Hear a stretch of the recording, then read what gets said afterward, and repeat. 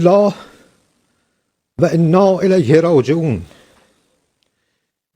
ملت بزرگ ایران، روح بلند پیشوای ملت بزرگ ایران و پیشقراول امت اسلامی حضرت امام خامنه ای اینو بشنوید،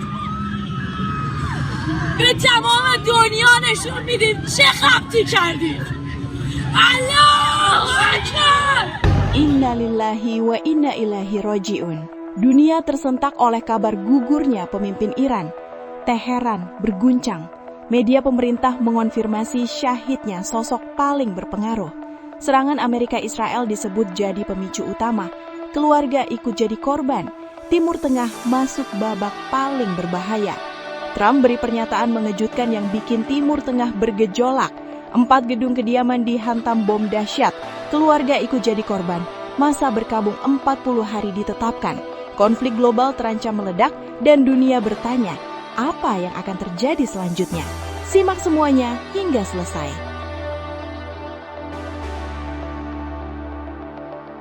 Selengkapnya hanya di Zona Timnas Indonesia.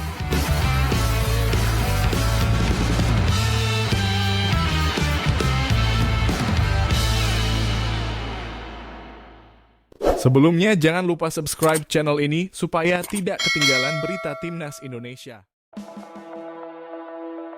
Innalillahi wa inna ilaihi raji'un. Dunia tersentak oleh kabar gugurnya pemimpin Iran. Teheran berguncang. Media pemerintah mengonfirmasi syahidnya sosok paling berpengaruh. Serangan Amerika Israel disebut jadi pemicu utama. Keluarga ikut jadi korban. Timur Tengah masuk babak paling berbahaya. Trump beri pernyataan mengejutkan yang bikin Timur Tengah bergejolak. 4 gedung kediaman dihantam bom dahsyat. Keluarga ikut jadi korban. Masa berkabung 40 hari ditetapkan. Konflik global terancam meledak dan dunia bertanya, apa yang akan terjadi selanjutnya? Simak semuanya hingga selesai. Kabar yang mengguncang jagat internasional akhirnya meledak ke permukaan. Media pemerintah Iran, Fars News Agency, secara resmi mengumumkan wafatnya pemimpin tertinggi Iran, Ali Khamenei. Sosok yang selama lebih dari 3 dekade menjadi pusat kekuasaan Republik Islam itu dilaporkan gugur dalam serangan dahsyat yang menghantam jantung ibu kota Teheran. Pengumuman dramatis itu muncul tak lama setelah Presiden Amerika Serikat Donald Trump menulis pernyataan kontroversial di platform Truth Social. Dalam unggahannya, Trump secara belak-belakan menyebut Khamenei telah tewas dalam operasi militer dan bahkan melontarkan pernyataan keras yang langsung memicu badai reaksi global. Menurut membakar kawasan Timur Tengah. Serangan militer yang disebut menargetkan para pemimpin tertinggi Iran itu diklaim bertujuan menghilangkan ancaman keamanan bagi Amerika Serikat. Namun langkah tersebut justru menjerumuskan kawasan ke dalam pusaran konflik yang semakin luas dan berpotensi mengubah peta politik global. Ali Khamenei yang wafat pada usia 86 tahun telah memegang tampuk kepemimpinan sejak 1989, menggantikan pendiri Republik Islam Iran, Ruhollah Khamenei. Sejak saat itu ia menjadi figur sentral dengan kekuasaan absolut atas lembaga politik, militer, dan keagamaan Iran. Dalam struktur negara yang dibentuk pasca revolusi 1979, posisi pemimpin tertinggi berada di atas presiden dan parlemen, menjadikannya otoritas tertinggi dalam menentukan arah kebijakan domestik maupun hubungan luar negeri. Pemimpin tertinggi Iran dipilih oleh Majelis Pakar, sebuah badan ulama beranggotakan 88 orang yang memiliki kewenangan konstitusional untuk menentukan figur tertinggi negara. Dengan wafatnya Khamenei, dunia kini menanti siapa yang akan mengisi kursi paling berpengaruh di Iran dan apakah peristiwa ini akan menjadi titik balik sejarah atau awal dari babak konflik yang lebih dahsyat? Situasi masih berkembang, dunia menahan nafas. Breaking news yang mengubah sejarah. Kalau menurut kamu konflik ini bakal memicu perang dunia baru atau justru revolusi besar di Iran? Tulis pendapatmu di kolom komentar. Jangan lupa like kalau kamu merasa berita ini penting. Share biar makin banyak yang tahu, dan subscribe supaya nggak ketinggalan update panas geopolitik dunia selanjutnya.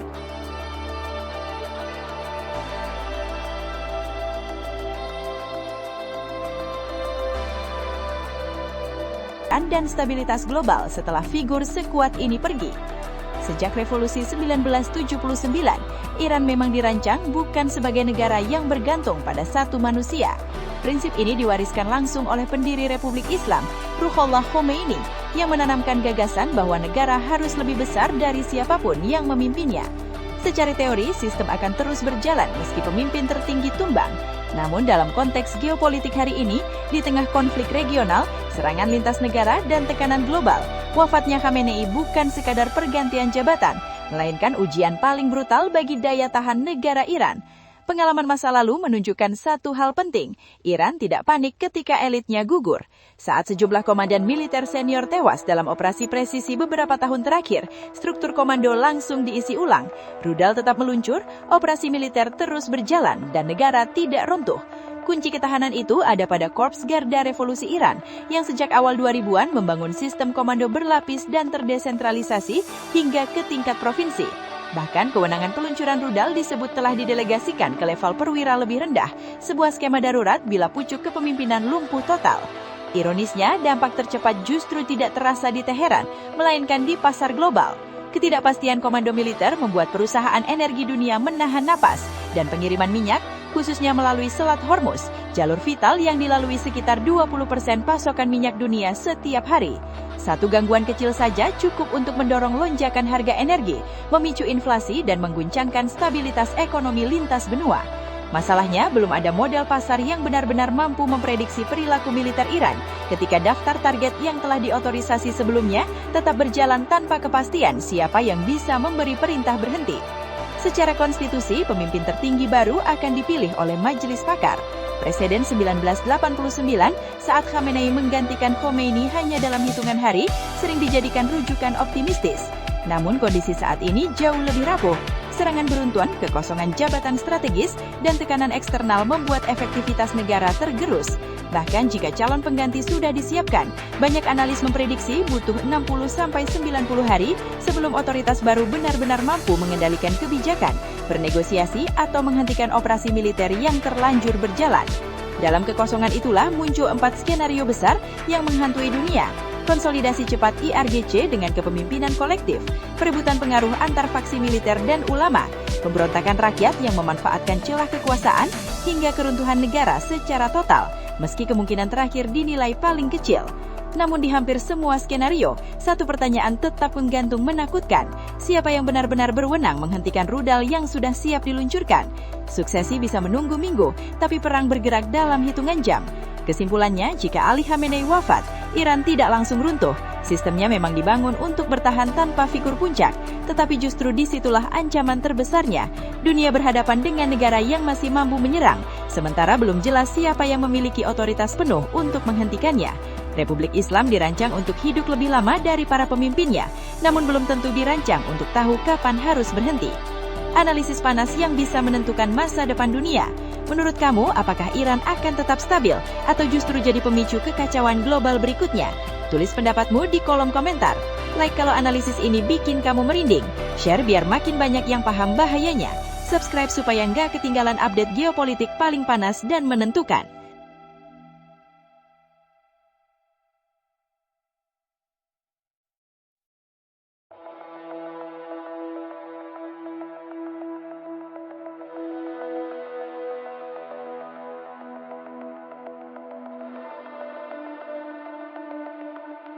Knets terdiam, dunia terguncang dan sejarah baru tercipta.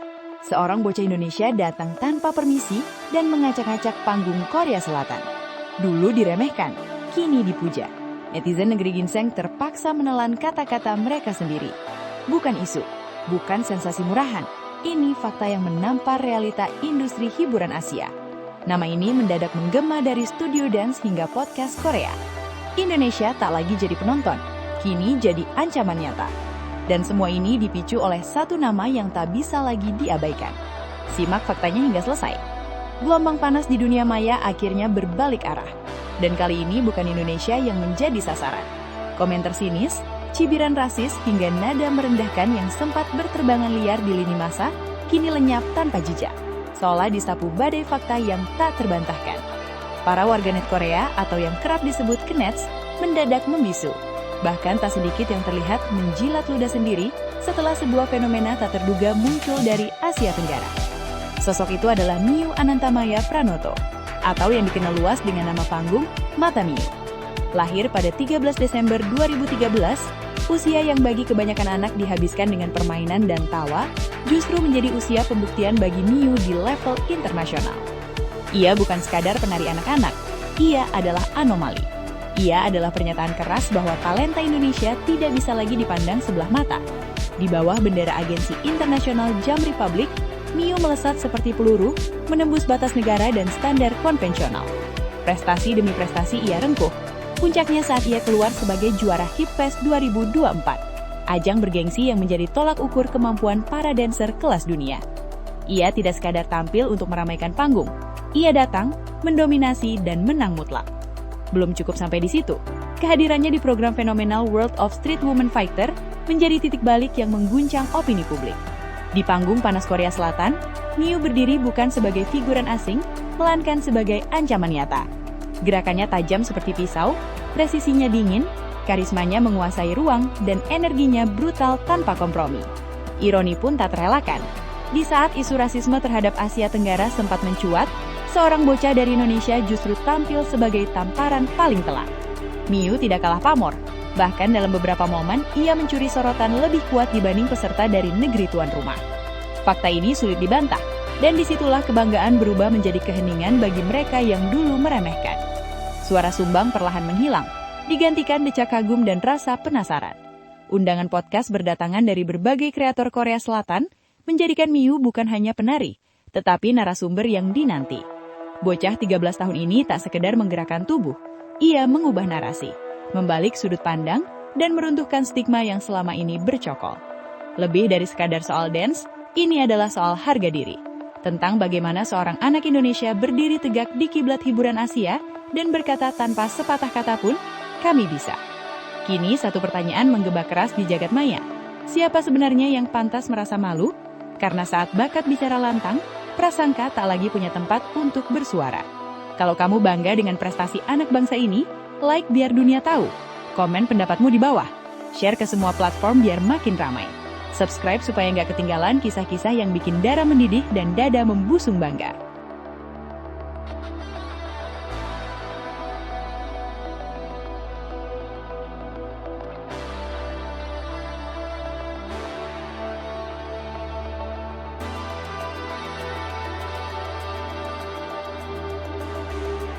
Kim Jong-un tiba-tiba masuk arena. Drama K-Nets versus Siblings melebar ke isu dunia dan bikin banyak pihak deg-degan. Nama Indonesia disebut-sebut jadi pemicu ketegangan baru di Asia Timur. Dari perang komentar ke spekulasi rudal, netizen auto overthinking. Apakah ini bentuk solidaritas atau sekadar fantasi media sosial? Geopolitik diseret ke lini masa. Dunia maya mendadak terasa berbahaya. Dan satu pertanyaan menggema, ini nyata atau sekadar sensasi murahan? Lihat selengkapnya hingga selesai. Ketegangan panas antara K-Nets dan warganet Asia Tenggara yang awalnya hanya berkobar di kolom komentar, kini menjalar ke arah yang lebih mengkhawatirkan. Konflik digital yang dipicu oleh komentar bernada rasis mendadak melahirkan narasi ekstrim yang menyeret nama pemimpin paling kontroversial di Asia, Kim Jong-un. Dunia maya pun mendadak gaduh, seolah satu unggahan bisa menggeser peta politik regional. Di tengah api perdebatan yang belum sepenuhnya padam, muncul spekulasi liar yang menyebut sang pemimpin Korea Utara siap pasang badan demi Indonesia. Narasi ini berkembang bak bola salju, dari sekadar solidaritas simbolik hingga klaim bombastis bahwa langkah ekstrim terhadap Korea Selatan bukan hal mustahil jika penghinaan dianggap keterlaluan. Benarkah dunia berada di ambang eskalasi hanya karena perang komentar? Atau ini hanyalah bukti betapa media sosial mampu mengaburkan batas antara realitas dan fantasi politik? Semua bermula dari saling serang kata. Komentar rasis memantik kemarahan, kemarahan melahirkan perlawanan digital. Dan K-Nets versus Siblings pun berubah menjadi frasa panas yang menyebar lintas platform. Tagar demi tagar bergema, emosi kolektif memuncak, dan warganet mulai menggali narasi yang lebih besar, termasuk hubungan historis Indonesia dengan Korea Utara yang memang telah terjalin sejak lama. Kedekatan diplomatik, kerjasama budaya, hingga simbol-simbol persahabatan masa lalu kembali diungkit. Dari situlah nama Kim Jong-un masuk ke pusaran wacana.